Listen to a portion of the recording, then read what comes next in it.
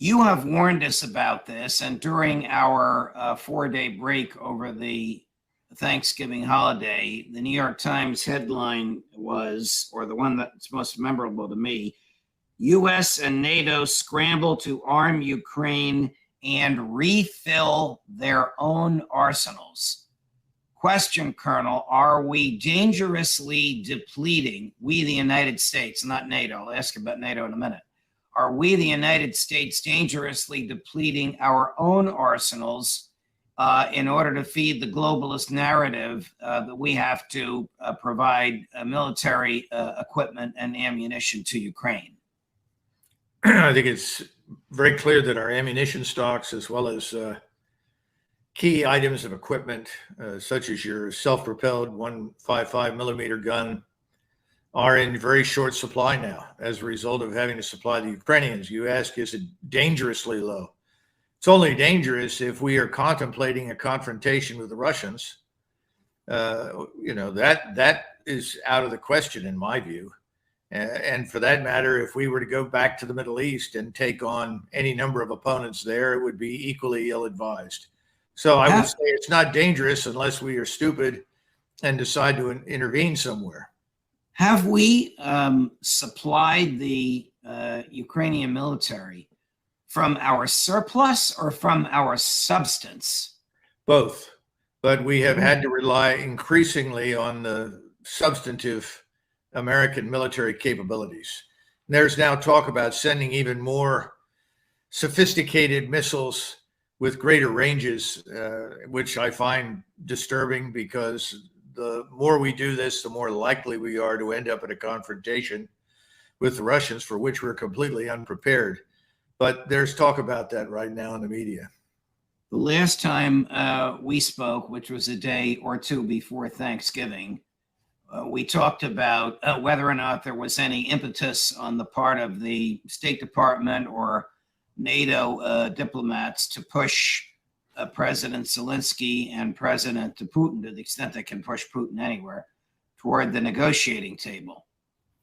In the interim, you sent me some videos which are too horrific for us to show, which show Ukraine atrocities against captured Russian soldiers. So these are captured Russian soldiers who ought to have been protected by the Geneva Conventions. Obviously, they weren't. They were executed with bullets in the head. Why would this have happened?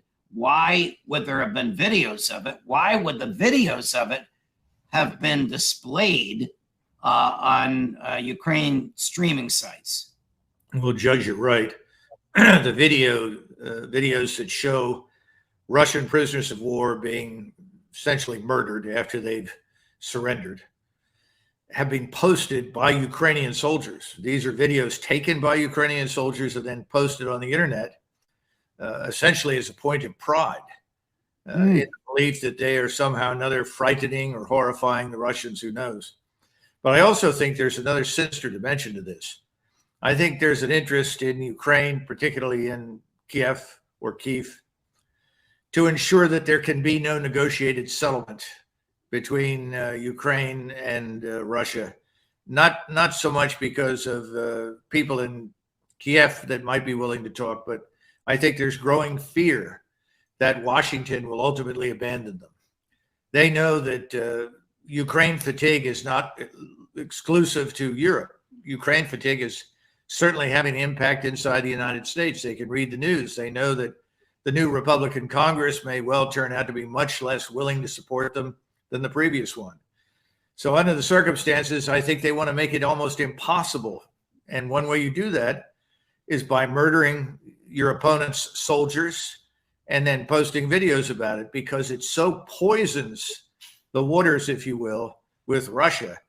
And it makes it so difficult for the Russians, particularly President Putin, to come to any arrangement, because the Russian people are seeing these things and are incensed. You have Russian military commanders, and frankly, from the beginning, we've accused the Russians of terrible things. They did not do those things. They did not mass rape. They did not mass murder. That's all nonsense.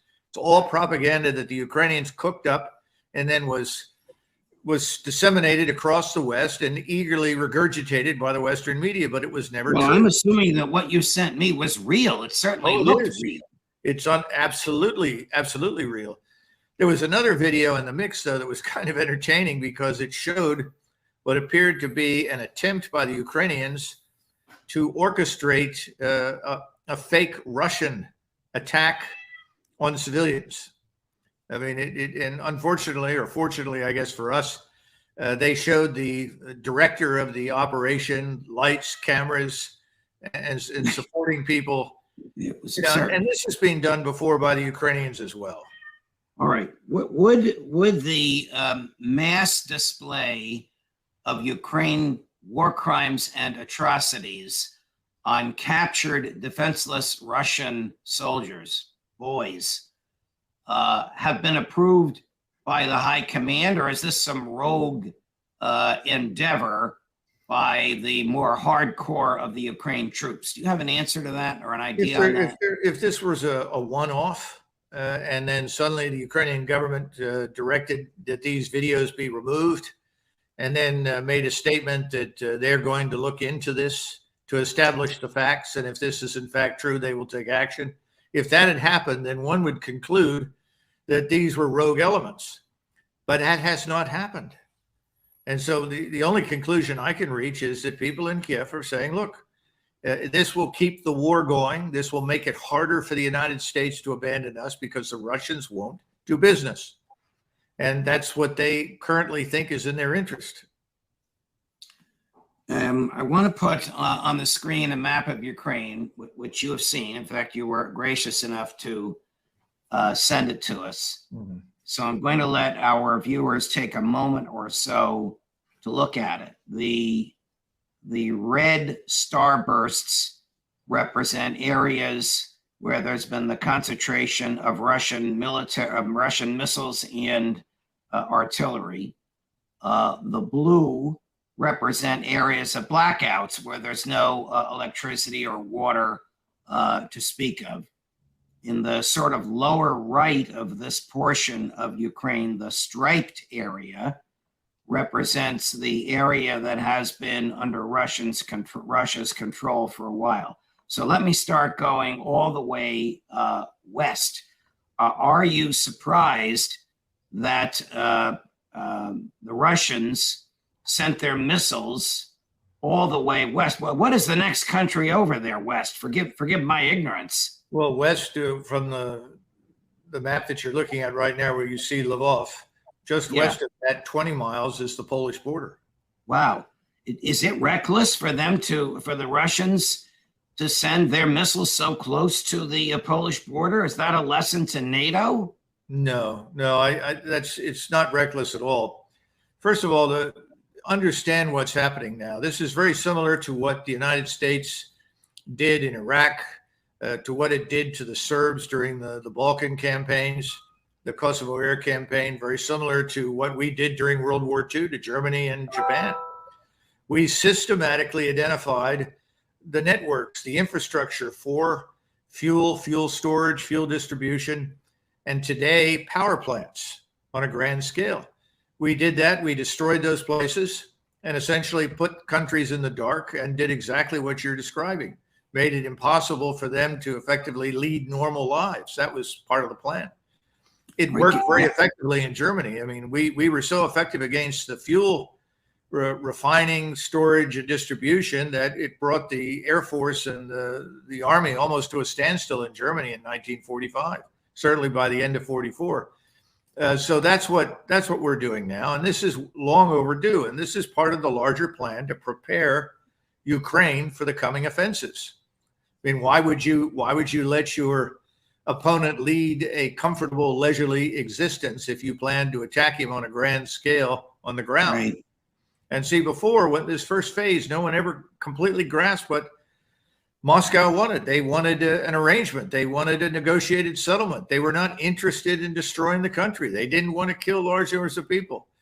By the middle of the summer, it was clear that's not going to work. So they threw those assumptions out. They went on to essentially a strategic defense, an economy of force mission. Let's use as few forces as possible to hold on to what's ours, and then we'll build up for the offensive. And that's what's been going on. Now it's getting cold finally. So perhaps in 3, 4, 5 weeks or something, we'll see a major offensive. Gary, can you put the map up again? Colonel, I want to ask you about the sort of lower right-hand portion, if you will, Right. where you see the gray and black stripes. Now, as I understand the symbols on the map, that reflects the portions of Ukraine which are in which Russian-speaking people live and which the Yes. Russian government controls. Yes. If I'm correct, don't I also see some red symbols there showing Putin attacking that area with either missiles or artillery? How unusual is that? There are Russians living there. Well, let's not say Putin attacking. You know, he's in Moscow, and Okay. these strikes are ordered by the high command of the Russian theater and General Surovikin. Okay, Strike so the generals in chief are attacking Yeah. where Russians live. Am I right? Well, first of all, understand something. Today we have this capability we call strike. Strike is different from what we imagine the standard use for artillery or rockets or missiles might be in the West. The only thing that separates one strike from another is time and space. And we have precision, which means that we could literally, if we saw something in your backyard where you live, Judge, and we thought it was threatening to us, we could target it and destroy everything in your backyard without necessarily harming you. Now, we demonstrated that capability during the Kosovo air campaign. Some of your viewers will remember that the Albanians in particular were shocked at our ability to attack Serb forces that stood next to or were positioned very close to Albanian homes, but they never damaged any Albanian homes. Well, the Russians can do the same thing. And so there was a decision to attack there, ostensibly because there was some connectivity to this power generation network, and they decided to remove it. Now, beyond that, I don't know the details, but it's eminently capable. They're eminently capable of doing this with great precision. That's why striking those targets that were near the border with Poland was not reckless, because they know they can hit them with absolute precision. Okay, Gary, put the map up again, please. So, Colonel, if the Russians can move with that much precision, then their strikes around Lviv and Kyiv, which we know destroyed residential areas, were done intentionally, that the destruction of homes and apartment buildings was not a byproduct, it was the goal. Is that fair to say? No, again, that's not accurate, because the power stations and the power distribution networks were inside those areas. In other words, Where they is the didn't decide we just want to level Kyiv. I mean, if they wanted to level Kyiv, they could do it tomorrow morning. It would take a couple of hours. So where on the map is the nuclear power plant or nuclear power plants? Well, the nuclear power plant of greatest interest, of course, is the one to the south in the vicinity of Zaporozhye, which the Russians are protecting. The Ukrainians have repeatedly tried to launch missiles and rockets and artillery rounds against that power station in the hopes of precipitating a nuclear crisis that they think they would benefit from. All right, The right Russians- above Zaporozhye, it shows the symbol for an explosion. Then to Yes. the left of Zaporozhye is the blue symbol for a blackout, and to the right of Zaporozhye is the blue symbol for the blackout. So you're telling us that they want to isolate without destroying and prevent the use of the nuclear power plant in Zaporozhye. Yeah, well, it's not a question so much of preventing Ukrainians from using it. They are protecting that plant from Ukrainian attacks. Now, what they have done is that they have removed the connectivity, as you point out, involving the transmission of power from these plants to Ukraine. That has been done, and that will continue to be done. And we ought to pause for a minute and understand the cascading effects of these attacks. This Right. affects everything, every part of life in Ukraine. You're not just talking about transportation and water, of course. You're also talking about rural life where you have herds of cattle, herds of sheep, vast farmlands. Now those animals and the farmland is lying fallow. The animals are dying. They're losing 20, 30% of their livestock, not because the Russians are killing them, but because they can't feed them. They can't move them. They can't sell them. They can't care for them. So the cascading effects are destroying completely the Ukrainian economy. So Ukraine's output is about non-existent now. So December 1st is 3 days from now. There's already snow on the ground in the northern parts of Ukraine. Where do you see this going in the next 4, 5, 6 weeks, say between now and the first of the year? Well, the experts on these matters, and I'm not one of them, that knows something about the weather and about the terrain in Ukraine. I've seen some of Ukraine, but not all of it. And the Ukrainian black earth topsoil varies from 4 to 12 to 15 feet deep. It depends on where you are. That's why it's such a productive region. You have to freeze that, because if it's not thoroughly frozen, you sink like a rock, whether you're in a truck or you're in a tank. It doesn't make any difference. It's not frozen yet. It's only just now dropped below freezing on a permanent basis. Up till this point, we've had freezing at night, but during the daytime, it's gone back up into the 40s or even 50 degrees. It has to drop below freezing and stay that way for at least 2 weeks. So if it's now below freezing and it stays that way, you can do the math. You're looking for something happening no earlier than the 10th, probably no later than the 19th of December. And you're talking about concentrations of Russian troops all the way around the country. We've accounted now formally by these are the people that sit in front of your monitors that control satellites. And the intelligence community says that it's accounted for 540,000 Russian troops. Okay. Mm. And of that 540,000, we're talking about 5,000 armored fighting vehicles, of which at least 1,500 are tanks. Probably another 1,000 self-propelled artillery, the rest infantry fighting vehicles. 1,000 rockets, missiles, tactical ballistic missiles, your so-called drones, unmanned attack systems, 1,000 of those systems. That doesn't even begin to address the hundreds of fixed-wing aircraft, hundreds of helicopters. The helicopters will move troops, obviously. There will be some ground support, hundreds of fixed-wing aircraft operating as close air support, and also bombers now. We've begun to see the use of bombers, which is something we've done for years. They're now beginning to do it, and they all have precision munitions, Okay, so which you aim at. what you've just described must be understood and known by President Zelensky, by Ukrainian intelligence, by American intelligence, by the State Department, by the Pentagon, and by the White House. Yes. And what are they going to do about it? Well, what they're trying to do is they're trying to ship more equipment to the Ukrainians. The problem is the Ukrainian casualties have been horrendous, particularly over the last few months. There was an article today in the Euro News. I'm told there's another one in the New York Times describing the very, very heavy casualties. Of course, the big lie that is always told to accompany the bad news is, well, the Russians have taken heavy casualties too. Nonsense. The Russians have not. And that's the difference. When you're killing your enemy at a 10-to-1 ratio, which is about where it is right now in southern Ukraine with the Russians and Ukrainians, you're not hurting at all. And the Russians, again, aren't running out of anything. The Ukrainians are running out of everything. Ammunition, spare parts, fuel, you name it. Their soldiers, most of the best troops are dead or wounded. And the people that they're shoving forward in the defensive positions are untrained reservists. They say, well, we sent 10,000 more troops to England for 3 weeks. Judge, you're not going to be able to train a man in 3 weeks to do much of anything, or even 5 weeks. You need time.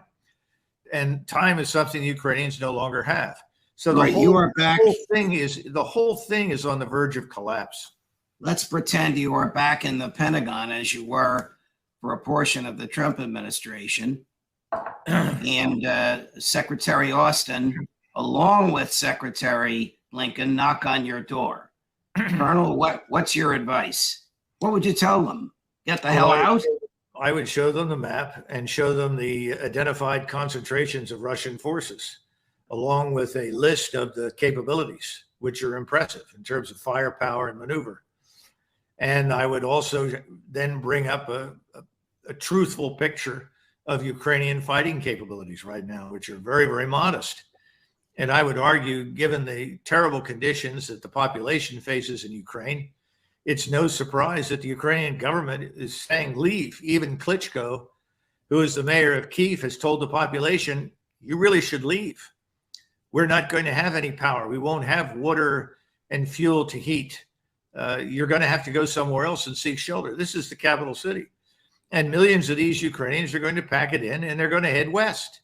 So you're going to have another gigantic mass casualty event, if you will, on Europe's doorstep, with millions of refugees pouring into Poland, Slovakia, Hungary, Romania. And obviously, in many cases, these frontline states will simply herd them further west into other countries because they can't take anymore. Back to my hypothetical door knocking. What can the American government say to President Zelensky to get him to the negotiating table? You're not getting anything else from us? First of all, Zelensky will do what you tell him. So if you tell Zelensky that the game is up, it's time to come to terms with reality.